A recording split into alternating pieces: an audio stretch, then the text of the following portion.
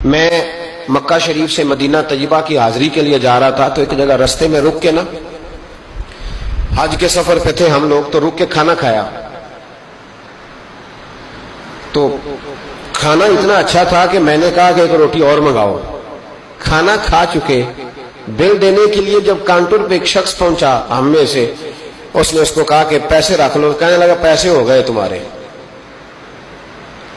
میں نے کہا کہ پیسے ہو گئے؟ کیا مطلب پیسے ہو گئے؟ ہم تو یہ 4-5 لوگ ہیں ایک گاڑی کے مسافر، تو یہی بیٹھے ہیں، تو پیسے کون دے گیا؟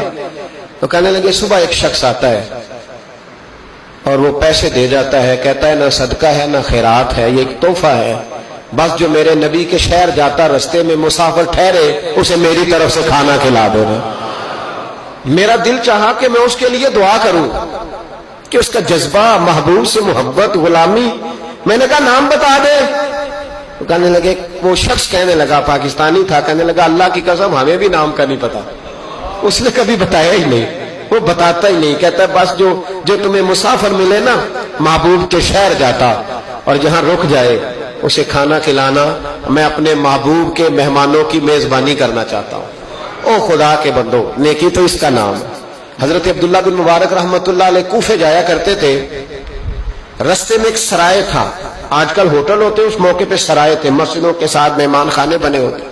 وہاں ایک نوجوان بڑا غریب تھا، اس کا شوق تھا لوگوں کی خدمت کرنا۔ آپ جاتے تو وہ نوجوان رستے میں ملتا، آپ کی خدمت کرتا، پانی لا کے دیتا، پانی بھر کے رکھتا، وضو کراتا، خدمت کرتا۔ اکثر آپ علماء سے ملنے جاتے، علماء کوفہ سے یا کسی اور سفر پہ، تو اس رستے گزرتے، نوجوان بڑا اچھا لگتا۔ ایک دن آپ تشریف لائے، نوجوان وہاں نہیں تھا۔ آپ نے لوگوں سے پوچھا وہ کہاں ہے؟ کہنے لگے حضور غریب تھا، قرضہ بڑا چڑھ گیا، تو کسی نے مقدمہ کر دیا ہے، کوتوالے شہر گرفتار کر کے لے گیا ہے اور وہ بڑا ہی پریشان ہے، جس کے پیسے دینے ہیں وہ بڑا سخت ہے، اس نے اسے بڑا تکلیف میں رکھا ہے اور وہ عذاب میں۔ وہ نوجوان کہتے ہیں کہ میں سخت کرب میں تھا، رشتہ دار، دوست، احباب، طالب، سب کو میں نے پیغام دیے، لیکن کوئی میری مدد کو نہ پہنچا۔ ساری عمر ہی آٹا گد ہے، میں لکھاں کیتے نہیں پیڑے، اب وقت آیا ہی تو محمد بخشا، کوئی نہیں ہو بیٹھا نیڑے۔ فرماتے میں شدید تکلیف میں تھا، کوئی میرا پرسان حال نہ تھا۔ حضرت عبداللہ بن مبارک کو جب پتا چلا تو چپکے سے گئے، کوت والے شہر کو کونے میں بلایا، فرمایا اگر میں اس کا قرضہ دے دوں تو آزاد کر دو گے؟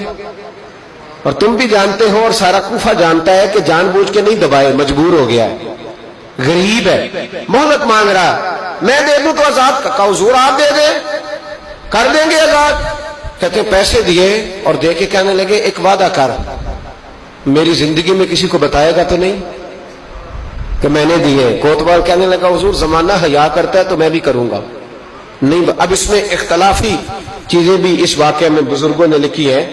حضرت عبداللہ بن مبارک رحمت اللہ نے پیسے چکائے، خود سفر پہ چلے گئے، کوتوالے شہر نے آزاد کیا۔ کہا کس نے دیے؟ کہا کوئی نیک تھا جو دے گیا۔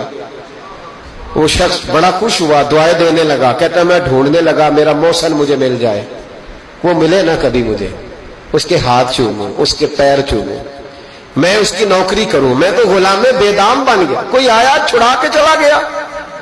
کہتے میں ڈھونڈنے لگا پر وہ ملتا ہی نہیں، بڑا ڈھونڈا، بڑا تلاش کیا۔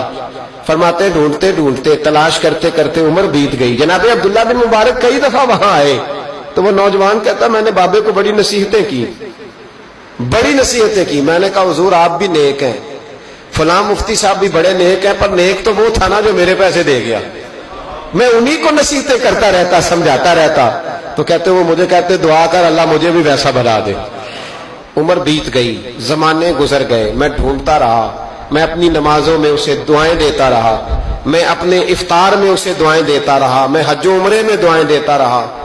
حضرت عبداللہ بن مبارک بوڑھے ہو گئے، ضعیف ہو گئے، گھر سے نکلنا چھوڑ دیا، علیل ہو گئے۔ کوتوالے شہر برسوں بعد وہ جس نے مجھے پکڑا تھا ایک کونے میں مل گیا۔ میں نے کہا تجھے خدا کی عزت کا واسطہ مجھے بتا دے میرا محسن کون ہے؟ تو کہنے لگا اس نے مجھے کہا تھا زندگی میں نہ بتانا۔ میں کیسے بتا دوں؟ کہا تیری مہربانی، تو کسی طریقے سے مجھے بتا دے۔ کہتے ہیں وہ شخص کہنے لگا یار تو ان سے کئی بار ملا ہے، میں نے اکثر تمہیں اکٹھے بیٹھے دیکھا ہے، تمہیں نہیں پتا؟ کہا نہیں کون ہے؟ کہنے لگے حضرت عبداللہ بن مبارک، وہی تھے جو تیرے پیسے چکا گئے۔